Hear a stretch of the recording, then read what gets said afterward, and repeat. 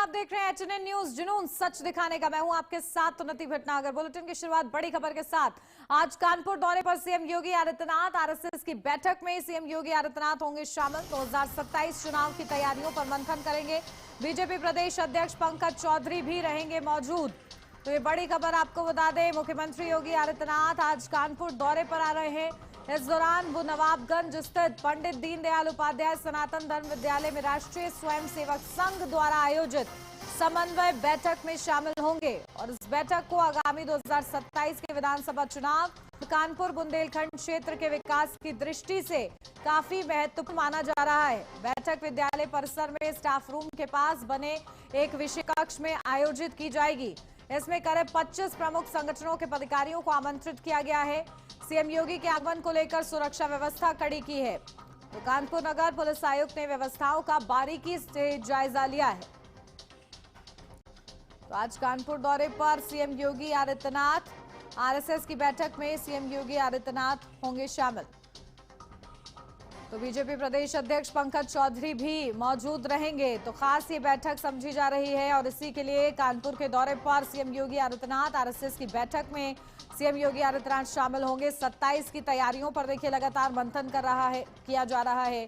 तो बीजेपी प्रदेश अध्यक्ष पंकज चौधरी भी मौजूद रहेंगे और इसी लिहाज से ये दौरा सीएम योगी आदित्यनाथ का बेहद ही ज्यादा महत्वपूर्ण समझा जा रहा है। तो तैयारियों को लेकर खासा मंथन, बीजेपी प्रदेश अध्यक्ष पंकज चौधरी भी मौजूद रहेंगे।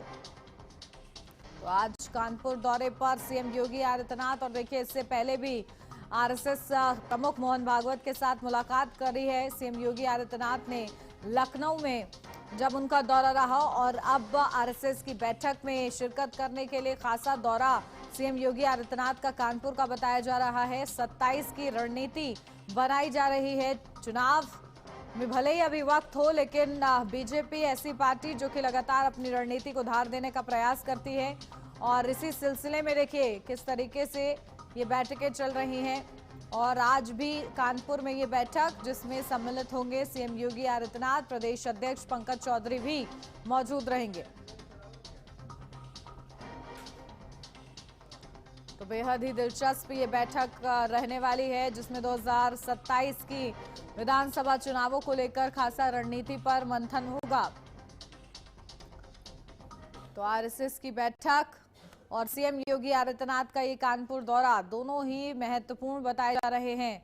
तो देखिए क्या कुछ चर्चा होती है, किस तरीके से समन्वय बैठाना है, जातीय समीकरण किस तरीके से बैठाना है, साथ ही साथ क्षेत्रीय समीकरण कैसे साधना है, इन तमाम चीजों को लेकर ग्राउंड जीरो पर पार्टी को मजबूत कैसे करना है, कार्यकर्ताओं को उत्साहित और उत्साह से परिपूर्ण कैसे करना है ताकि वो जन जन तक पहुंचे और उपलब्धियां भारतीय जनता पार्टी की बताएं। इसको लेकर एक पूरी योजना देखिए तैयार की जाती है चुनाव से पहले, और उसी पर मंथन के लिए आज भी ये बैठक महत्वपूर्ण बताई जा रही है। तो सीएम योगी आदित्यनाथ का कानपुर दौरा 2027 चुनाव की तैयारियों पर मंथन करेंगे, ये बड़ी अपडेट आपको बता दें। और देखिए इस मंथन के दौरान क्या कुछ रणनीति बनाई जाती है, क्या फॉर्मूला अपनाया जाता है 27 की जीत के लिए, ये देखना होगा।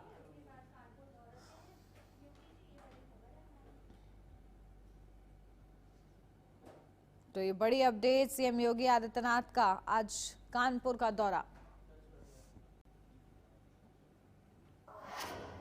और चलिए इसी पर अपडेट लेते हैं, हमारे संवाददाता पुनीत मोहन हमारे साथ जुड़ गए। पुनीत, क्या कुछ जानकारी? देखिए सीएम योगी आदित्यनाथ कानपुर के दौरे पर हैं, आरएसएस की बैठक में वो सम्मिलित होंगे। इससे पहले मोहन भागवत से उन्होंने मुलाकात की है।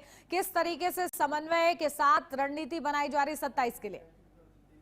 देखिए, मुख्यमंत्री योगी आदित्यनाथ गाजियाबाद में समन्वय बैठक के बाद में आप कानपुर में समन्वय बैठक में शामिल होंगे। तकरीबन 10:55 पर वो सीएसए हेलीपैड पहुंचेंगे, जहां से सीधे नवाबगंज स्थित पंडित दीनदयाल उपाध्याय सनातन धर्म विद्यालय के लिए रवाना होंगे। वहां संघ और भाजपा के पदाधिकारियों की समन्वय बैठक है। अब समन्वय बैठक को बहुत महत्वपूर्ण तरीके से अगर देखा जाए तो कहीं ना कहीं 2027 के लिए बेहतर रणनीति तैयार करने के लिए बैठकों का ये दौर शुरू हो चुका है, जिसकी शुरुआत कल गाजियाबाद से हुई है। अब सीधे तौर पर क्योंकि चुनाव का वक्त है और ऐसे में अगर हम देखें तो भाजपा और आरएसएस के जो पदाधिकारी हैं वो जी। मंथन करेंगे कि आखिर कहाँ कमियां रह गई, कहाँ किस तरीके की तैयारियां करनी है। 2024 में कौन सी सीटें ऐसी थी जिनको हम जीत सकते थे लेकिन जरा सी कमी के कारण हम उन्हें जीत नहीं पाए। तमाम तरीके की बातें हैं। देखिए, यूजीसी आने के बाद में जो बदलाव हुआ है, जो सर समाज में रोष है, उस पर भी चर्चा होगी। अभी मुक्तेश्वरानंद पर भी चर्चा हो सकती है और तमाम जो प्रकरण हुए हैं। देखिए, सीधे तौर पर हिंदुत्व को एक सिरे में पिरो करके लेकर के चलना और 2027 में हैट्रिक लगाना भारतीय जनता पार्टी का एक प्लान है। लेकिन जिस तरीके से पिछले कुछ वर्षों में हालात बदले और मैं अगर 2025 की बात करूं तो चाहे वो यूजीसी आया हो, चाहे तमाम तरीके की जो कवायद हुई है, उससे भारतीय जनता पार्टी को कितना सपोर्ट मिल रहा है और किन किन सीटों पर और कहां पर नुकसान हो सकता है, इस पर एक बेहतर चर्चा होगी। कानपुर की ये बैठक काफी महत्वपूर्ण हो जाती है क्योंकि लगातार ये बैठकों का जो दौर है अब आपको देखने को मिलेगा, जिसकी शुरुआत गाजियाबाद से हुई है। कानपुर के बाद में अब अन्य जगह भी सीधे तौर पर ये बैठकें होंगी। आज प्रदेश अध्यक्ष भी वहां पर शामिल रहेंगे, तमाम जो पदाधिकारी हैं वो शामिल रहेंगे, भारतीय जनता पार्टी के संगठन के जो पदाधिकारी हैं वो वहां पर शामिल रहेंगे और एक बेहतर रणनीति तैयार करी जाएगी। जी बिल्कुल। और देखिए, कब कितनी देर का ये दौरा बताया जा रहा है पुनीत सीएम योगी आदित्यनाथ का कानपुर का, और किस तरीके से मंथन होगा, कितनी हाई लेवल बैठकें वहां पर निर्धारित की गई है, क्या इस संबंध में जानकारी? देखिए, सीधे तौर पर जो बैठक का टाइम होता है वो 1.5 से 2 घंटे का होता है, लेकिन कल हमने देखा कि गाजियाबाद में मुख्यमंत्री 2 घंटा 45 मिनट तक आए थे। आज भी अंदाजा लगाया जा रहा है कि बैठक पे जब मंथन शुरू होता है तो तकरीबन 2.5 से 3 घंटे के आसपास की ये बैठक हो जाती है। ऐसे में बैठक में किस तरीके की रणनीति तैयार कर, किस तरीके से जमीनी स्तर पर अब मेहनत करनी है, इन पर चर्चा होनी। जाहिर तौर पर जब बैठकों में बातचीत का दौर शुरू होता है तो तमाम तरीके के जो मुद्दे हैं उन पर भी चर्चा शुरू होती है कि आखिर अब कैसे सुधारा जाए। क्योंकि देखिए, एक तरफ समाजवादी पार्टी है जो पीडीए का फॉर्मूला लेकर के है। 2024 में हालांकि वो पीडीए का फॉर्मूला नहीं लिए थी, लेकिन सीधे तौर पर कहीं ना कहीं पिछड़ों को, एससी और ओबीसी को अपनी ओर आकर्षित करने में सफल साबित हुई थी। 2024 में समाजवादी पार्टी की बहुत सी सीटें ऐसी रही जिन पर भारतीय जनता पार्टी का राज था और समाजवादी पार्टी ने भारतीय जनता पार्टी से वो सीटें छीनी है। 2027 में अगर समाजवादी पार्टी से बेहतर फाइट करनी है तो जाहिर तौर पर एक बेहतर रणनीति तैयार करनी होगी, चाहे वो प्रदेश की सरकार की योजनाएं हो या देश की सरकार की योजनाएं हो, जन जन तक पहुंची नहीं पहुंची, किस तरीके की कमियां रह गई, आखिर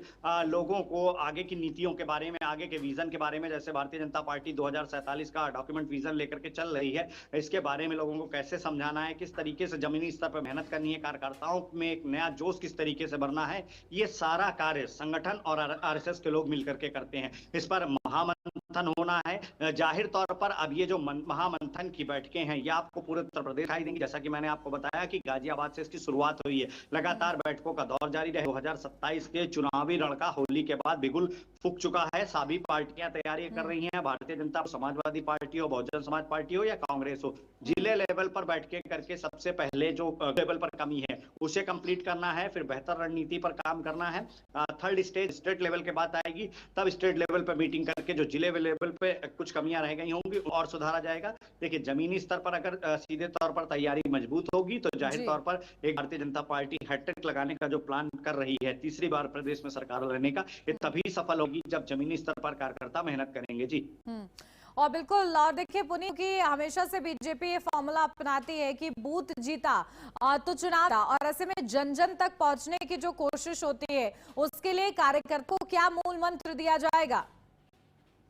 देखिए, सीधे तौर पर भारतीय जनता पार्टी की स्ट्रेटजी देखेंगी तो वो अन्य पार्टियों से बिल्कुल अलग रहती हैं। आप देखिए, आपको याद होगा कि 2024 के लोकसभा चुनाव में पन्ना प्रमुख बनाए गए थे, यानी कि एक पेज में जितने वोटर हैं, चाहे वो 10 हो चाहे वो 5 हो, अगर किसी कार्यकर्ता को दायित्व सौंपा जाता है तो उनको फोकस केवल उन्हीं 10-5 लोगों पर करना है। यानी कि ग्राउंड लेवल पर भी जीरो से या मैं कहूं कि 0.1 से शुरुआत होती है, तो ये कहना गलत नहीं होगा, क्योंकि एक पन्ने पर, एक एक पन्ने पर काम किया जाता है। तो आप स्ट्रेटेजी सोचिए कि किस तरीके से भारतीय जनता पार्टी मेहनत करती है। हमें आ गया है कि बेहतर रणनीति एक बार फिर से तैयार करी जाए, कार्यकर्ताओं को उनका दायित्व सौंपा जाए, समय से दायित्व सौंपा जाए, उसके बाद प्रत्याशियों पर विचार मंथन होगा। सूत्र बताते हैं कि इस बार बहुतों का टिकट कटेगा और बहुत से नए चेहरे भी आएंगे, मंत्रिमंडल का भी विस्तार होना है, जातीय समीकरण को भी फिट करना है, तमाम कवायद पूरी करनी है, उन्नति। लेकिन सीधे तौर पर समय बहुत कम बचा है, क्योंकि मार्च अभी धीरे धीरे कंप्लीट हो जाएगा, अप्रैल का महीना आ जाएगा और जो चुनावी बुगुल है वो सारी पार्टियां फूंक चुकी हैं। देखिए, बहुजन समाज पार्टी ने भी घोषणा कर दी है कि अप्रैल से ताबड़तोड़ रैलियां करेंगी।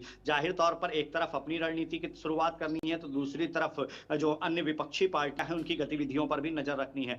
अब ऐसे दौर में लगातार बैठकें होंगी, लगातार जिले लेवल पर, बूथ लेवल पर कार्यकर्ताओं को संबोधित किया जाएगा, मजबूत किया जाएगा, ताकि ग्राउंड लेवल अगर मजबूत रहेगा तभी ये 2027 का जो फाइनल मैच है ये जीता जा सकता है। जी बिल्कुल ठीक है। बहुत शुक्रिया पुनीत, आपका तमाम महत्वपूर्ण अपडेट